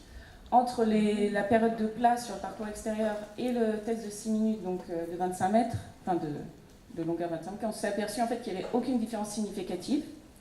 Par contre, entre les secteurs techniques et les secteurs plats, que ce soit sur le parcours donc de 6 minutes et le plat extérieur, on avait des résultats significatifs, donc, notamment au niveau de la VO2 et VCO2, ou bien de la fréquence cardiaque et de la VCO2. Par contre, en fait, le parcours technique avait des résultats inférieurs au secteur plat. Donc, résultat un peu contradictoire avec ce qu'on aurait pu attendre. Et on s'est dit en fait que ces résultats pouvaient s'expliquer par une adaptation de l'effort de nos sujets, notamment peut-être une diminution de leur vitesse sur ces plantes et ce secteur technique. On n'a pas enregistré la vitesse, malheureusement, donc pour pouvoir comparer. Par contre, on a pu vérifier, notamment au niveau de la distance parcourue, on avait une différence significative avec une distance inférieure réalisée au cours des 6 minutes, donc sur le terrain extérieur par rapport au test de 6 minutes de gagnant. Donc, en conclusion, on peut dire donc sur l'évaluation de nos efforts physiologiques par rapport au terrain, on a donc des réponses similaires par rapport au terrain plat, sauf sur la partie technique où on a des réponses inférieures. On a un milieu urbain qui demande des efforts importants, qui nécessite donc une évaluation plus poussée, et qui se pose aussi la question finalement de comment on pourrait diminuer cette réponse physiologique, notamment sur la première partie, si on voudrait améliorer l'accessibilité, qui permettrait soit de diminuer les pentes, soit de diminuer tout ce qui est situation qui demanderait des efforts supplémentaires, mais aussi on pourrait intervenir sur la condition physique, l'habileté technique de nos utilisateurs, puisque là on a bien vu, avec une population assez sportive, on pourrait avoir des réponses physiologiques déjà au niveau de la VO2 ou autre, ou de la fréquence cardiaque qui pourrait diminuer sur cette situation. Le deuxième point qu'on a pu avoir avec notre étude, c'est qu'on s'est rendu compte que finalement notre test aussi de 6 minutes effectué en couloir pouvait être un bon test d'évaluation pour le milieu urbain et facile et rapide à mettre en place pour nos utilisateurs.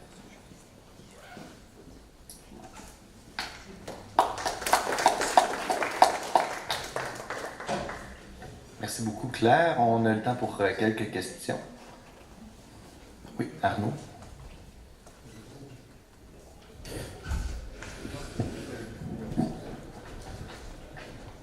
Merci pour cette présentation. J'aurais deux petites questions. Si j'ai bien compris le protocole, hein, c'était le même fauteuil qui était utilisé pour tous les utilisateurs. Donc la première question, ça sera lié à ça. Est-ce que c'était un choix de votre part? Est-ce que ces conditions ont pu influencer ou non les données qui ont été proposées par rapport à l'ergonomie du même fauteuil pour la totalité des sujets? Et la deuxième question, c'est le bel intérêt d'avoir un test simple pour pouvoir évaluer, en prenant un peu l'exemple du test de 6 minutes. L'objectif, c'est aussi de pouvoir le généraliser, de le comparer en fonction des populations. Comment prendre en compte la contrainte qu'on a déjà discuté un petit peu sur les sessions précédentes sur la résistance au roulement, sachant que dans deux lieux différents, on va avoir des résistances au roulement qui peuvent être très différentes et donc des réponses bien différentes également. Est-ce qu'il y a aussi un objectif d'essayer de généraliser en fonction des sols? Donc voilà mes deux petites questions. Alors, la première question, je m'y attendais pour le fauteuil. Donc, en fait, d'un point de vue fauteuil, là, le choix avait été fait d'être sur un fauteuil identique, puisqu'en fait, ça a été des enregistrements qui ont été faits d'un point de vue physiologique, mais aussi biomécaniquement, puisqu'en fait, ce fauteuil était équipé d'une roue instrumentée, donc travail d'un autre étudiant. Et donc, on a été dans l'obligation de faire passer les utilisateurs sur le même fauteuil, mais qui n'est pas adapté à chaque utilisateur. Donc je pense que déjà, il faudrait pouvoir refaire le même test parce que justement, je le donne en conclusion aussi, les réglages propres aux utilisateurs, la taille du fauteuil, c'est des choses qui rentrent en compte et qui peuvent jouer sur la réponse physiologique. Donc oui, déjà, c'est une limite en fait sur cette étude. En sachant que là, de souvenir, sur le fauteuil, on était aussi sur un poids qui dépassait les 14 kg avec la roue instrumentée, donc il peut jouer aussi. Un peu comme le stress. Ouais, il est moins lourd quand même. Deux fois moins. Après, la deuxième question, le test de 6 minutes, donc nous on l'a effectué dans un couloir de l'hôpital. C'est sûr que la résistance au roulement joue énormément. Le but serait de toujours pouvoir l'effectuer en fait sur une situation intérieure pour pouvoir comparer. Nous, on a essayé d'avoir toujours les mêmes conditions, c'est-à-dire on gonflait les roues déjà les utilisateurs étaient sur le même fauteuil, mais d'avoir toujours les roues gonflées à la même pression pour avoir exactement les mêmes situations d'enregistrement. Mais sur ça, on peut pas, malheureusement, on ne peut pas jouer. C'est soit on fait tous les utilisateurs sur la même chose et on garde à peu près le même protocole aussi si on veut pouvoir évaluer d'un centre à l'autre. Parce que une des choses qui peut varier, que nous on a vu par rapport aux résultats de Gagnon, c'est que nous, notre couloir avait une largeur de 1,50 m. Donc pour les virages, donc nos utilisateurs étaient obligés de beaucoup plus réduire aussi leur vitesse par rapport à dans l'étude de Gagnon où ils avaient la possibilité en fait de prendre plus large et donc de décélérer moins et ils avaient une distance plus importante. Voilà. Donc c'est des choses aussi à prendre en considération. Très bien, merci pour ces réponses. C'est plus une remarque avec, vous avez les données de la roue instrumentée avec la puissance qui est développée, ça peut être aussi intéressant de mesurer le rendement. Alors, ouais. Ça aurait été quelque chose d'intéressant. Malheureusement, en fait, il y a eu plein de bugs avec cette roue instrumentée et on n'a pas les données pour les 10 sujets, donc c'est pour ça. Très bien, merci. Par rapport au test, au parcours, c'est un exercice qui est réalisé en continu. Donc on passe des obstacles, c'est ça, il y a des franchissements de roues. C'est ça. Mais c'est un exercice qui se fait en continu. Oui, là on a demandé au sujet pendant 6 minutes en fait de faire le parcours et de le continuer à chaque fois. Et donc vous comparez donc un test intermittent, parce que le 6 minutes Gagnon c'est stop, start pendant 6 minutes, avec un test continu, certes avec des difficultés, mais un exercice continu. Donc il y a un effort comparé intermittent avec un effort continu. Après, donc oui, on est sur un test intermittent avec Gagnon. Là, on est sur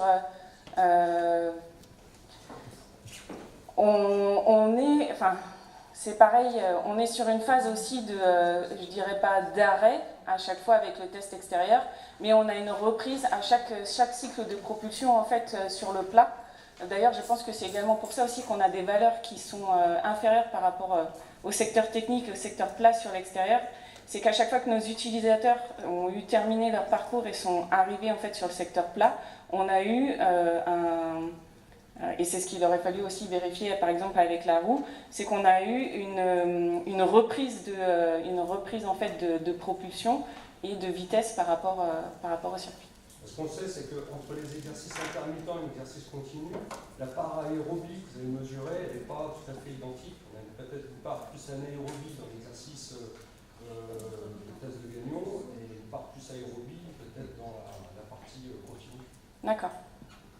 Donc réaliser le même test avec une situation de stop, par exemple, pourrait permettre d'évaluer vraiment l'intermittence entre les deux. Mesurer plus directement la filière anaérobie. Donc ça va être... c'est bon. Merci beaucoup pour cette belle présentation. Donc, le prochain présentateur sera Soufien Chic, qui va nous présenter sa présentation intitulée « Peut-on prédire la vitesse et la direction de l'initiation du déplacement en fauteuil roulant manuel à partir de l'activité électromyographique ?»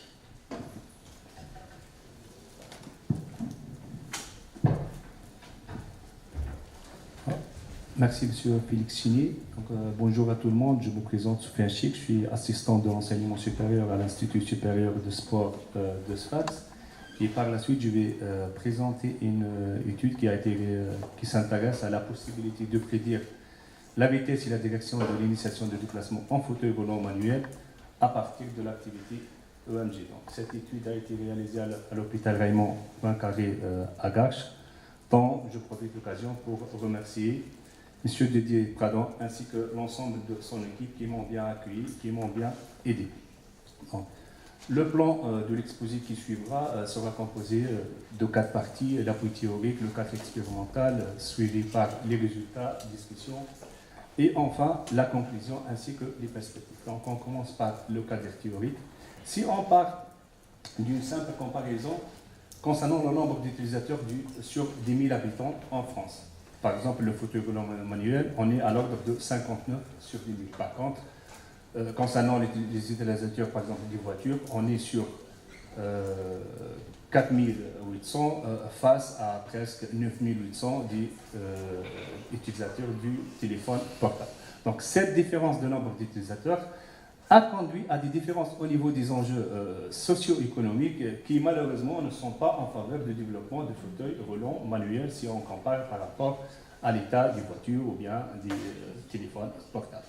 Et pourtant, donc, se déplacer en fauteuil roulant manuel présente des problèmes majeurs, tels qu'un faible rendement de 7 à 11% pour un fauteuil roulant manuel normal, plafonnant 17 à 19% pour des fauteuils roulants high-tech de handi basket.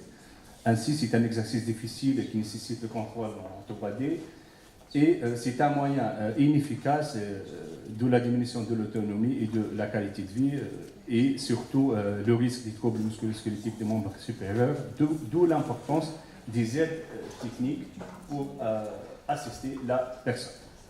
Donc, concernant la prédictibilité, avant d'aller vers le fauteuil roulant manuel, on va s'appuyer sur la prédictibilité de l'initiation à la marche. Généralement, dans l'étude de Antiquiol en 2013, donc, ils ont trouvé que, si possible, de prédire l'initiation à la marche 130 jusqu'à 260 millisecondes avant de commencer la marche. Et c'était à partir des données EMG, donc on a entre 80 et 95% selon le muscle, et des accéléromètres et gyroscopes jusqu'à 95% donc de pourcentage de prédiction correcte.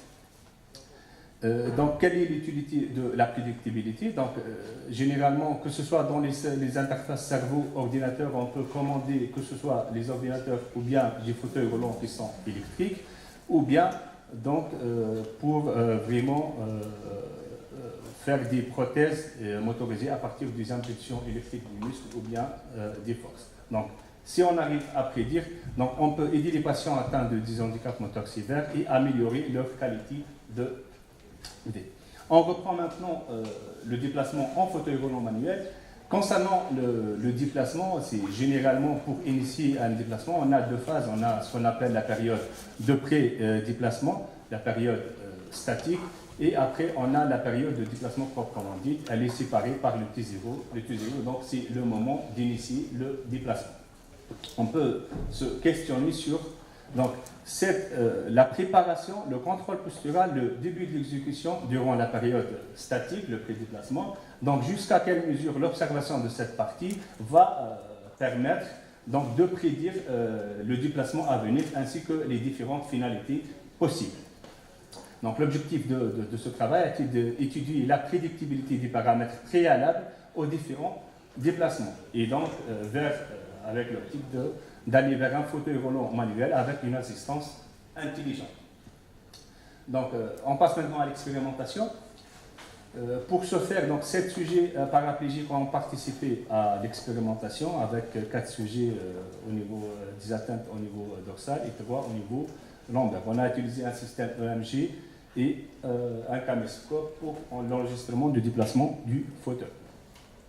Les électrodes ont été placées sur le biceps brachial, deltoïde antérieur, le pectoral majeur et le deltoïde postérieur bilatéralement. Les conditions, donc le sujet a été demandé de se déplacer vers l'avant ou bien vers la gauche à partir des différents placements des mains. Donc les placements suivants, c'était que ce soit main sur les cuisses, main 10h10, main sur l'apex et main croisée en fonction de la finalité. Les variables mesurées, donc principalement, on a l'intensité relative de la bouffée et la durée de la bouffée, c'est compris entre l'onset et l'offset, ainsi que l'intensité relative préalable, ou bien l'amplitude, et le temps préalable, c'est compris entre l'onset et le T0. Le T0, c'est le moment d'initier le déplacement. Donc, au niveau des résultats, principalement, si on prend, on a utilisé la régression logistique binaire comme analyse prédictive ou bien analyse multivariée dans l'objectif de prédire la suite.